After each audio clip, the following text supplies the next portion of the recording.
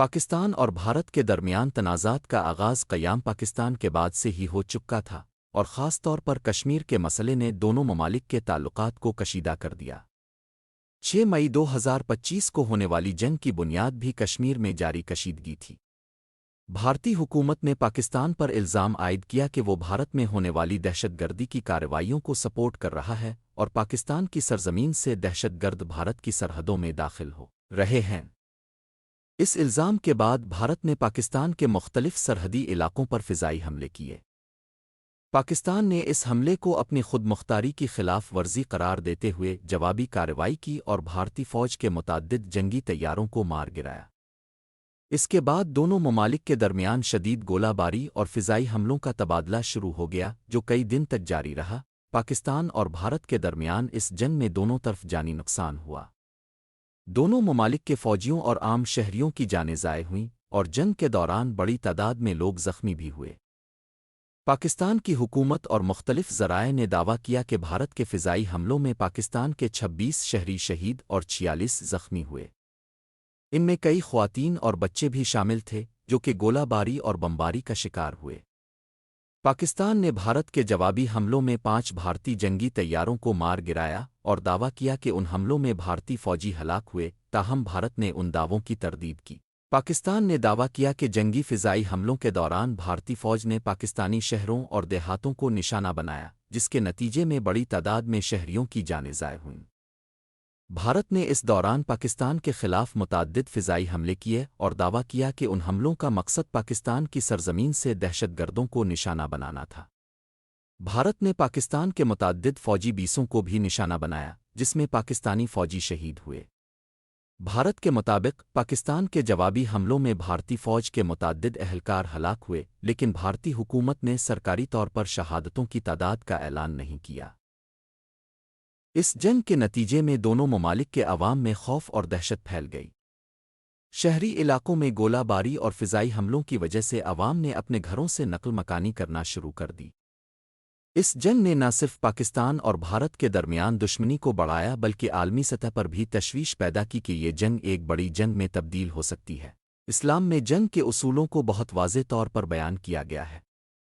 قرآن و سنت میں جہاں جنگ کو بعض اوقات جائز قرار دیا گیا ہے، وہاں اس کے دوران انسانیت کا احترام کرنے، بے گناہ افراد کی جان کی حفاظت کرنے اور جنگی قیدیوں کے ساتھ حسن سلوک کرنے کی ہدایت دی گئی ہے۔ جنگ کے دوران مسلمانوں کو صرف اپنے دفاع میں لڑنے کی اجازت ہے اور اس میں بھی صرف جنگی اصولوں کا احترام کیا جانا ضروری ہے۔ قرآن و سنت میں جنگ کے اصول اللہ تعالیٰ نے قرآن مجید میں فرمایا، سورۃ البقرہ 2:190، اور اللہ کی راہ میں ان لوگوں سے جنگ کرو جو تم سے جنگ کرتے ہیں اور حد سے نہ بڑھو۔ بے شک اللہ حد سے بڑھنے والوں کو پسند نہیں کرتا۔ اس آیت سے یہ واضح ہوتا ہے کہ جنگ کے دوران مسلمانوں کو حد سے تجاوز کرنے کی اجازت نہیں ہے۔ جنگی میدان میں بھی انسانیت کا احترام ضروری ہے۔ سورۃ الانفال 8:61، اور اگر وہ صلح کی طرف مائل ہوں تو تم بھی اس کی طرف مائل ہو جاؤ اور اللہ پر بھروسہ رکھو۔ یہ آیت جنگ کے دوران صلح کی اہمیت کو واضح کرتی ہے اور مسلمانوں کو یہ ہدایت دیتی ہے کہ وہ جنگ کے دوران بھی امن کے قیام کی کوشش کریں۔ احادیث نبوی۔ حضرت محمد نے جنگ کے دوران بے گناہ افراد کے تحفظ کے بارے میں کئی ہدایات دیں۔ نبی نے عورتوں اور بچوں کو قتل کرنے سے منع فرمایا ہے۔ صحیح مسلم۔ حضرت محمد نے جنگ کے دوران قیدیوں کے ساتھ حسن سلوک کی تعلیم بھی دی۔ جو شخص قیدی کے ساتھ حسن سلوک کرے گا اللہ تعالیٰ اس کے ساتھ حسن سلوک کرے گا۔ صحیح بخاری۔ پاکستان اور بھارت کے درمیان جنگ نے عالمی سطح پر ایک بار پھر اس بات کو اجاگر کیا کہ جنوبی ایشیا میں امن کی ضرورت ہے۔ اقوام متحدہ اور دیگر عالمی فورمز نے دونوں ممالک سے درخواست کی کہ وہ فوری طور پر جنگ بندی کریں اور کشیدگی کو کم کرنے کے لیے مذاکرات کی میز پر آئیں۔ عالمی برادری نے اس جنگ کو خطے میں انسانی حقوق کی خلاف ورزی اور عالمی امن کے لیے خطرہ قرار دیا۔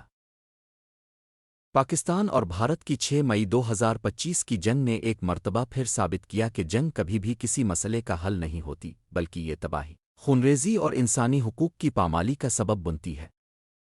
اس جنگ میں ہونے والے جانی نقصان نے دونوں ممالک کے عوام کو ایک بار پھر یہ یاد دلایا کہ جنگ کے دوران بھی انسانیت کا احترام ضروری ہے۔ اسلامی نقطہ نظر سے یہ بات واضح ہے کہ جنگ میں بھی اپنے اخلاقی اصولوں کو برقرار رکھنا ضروری ہے اور بے گناہ افراد کو نقصان پہنچانے سے گریز کرنا چاہیے۔ دونوں ممالک کو چاہیے کہ وہ قرآن و سنت کی ہدایات پر عمل کرتے ہوئے امن کے قیام کی کوششیں جاری رکھیں۔ پاکستان اور بھارت کے درمیان 6 مئی 2025 کو ہونے والی جنگ نے عالمی سطح پر شدید رد عمل کو جنم دیا۔ اس جنگ نے نہ صرف جنوبی ایشیا کے امن کو خطرے میں ڈالا بلکہ عالمی برادری کی توجہ بھی حاصل کی۔ مختلف ممالک اور عالمی اداروں نے اس جنگ کے بعد اپنے رد عمل کا اظہار کیا اور دونوں ممالک سے کشیدگی میں کمی کی درخواست کی۔ آئیے دیکھتے ہیں کہ مختلف ممالک نے اس جنگ پر کیا رد عمل ظاہر کیا۔ اقوام متحدہ نے پاکستان اور بھارت کے درمیان جنگ کی شدت پر گہری تشویش کا اظہار کیا۔ اقوام متحدہ کے سیکریٹری جنرل انطونیو گتریس نے دونوں ممالک سے فوری جنگ بندی کی اپیل کی۔ انہوں نے کہا کہ اس تنازع کا حل صرف بات چیت کے ذریعے ہی ممکن ہے اور دونوں ممالک کو اپنے اختلافات کو بات چیت کے ذریعے حل کرنا چاہیے تاکہ خطے اور عالمی امن کو خطرے سے بچایا جا سکے۔ امریکہ نے دونوں ممالک سے تحمل اور امن کی اپیل کی۔ امریکی صدر جو بائیڈن نے دونوں ممالک کے رہنماؤں سے ٹیلی فونک رابطے کیے اور انہیں کشیدگی کو کم کرنے کی ضرورت پر زور دیا۔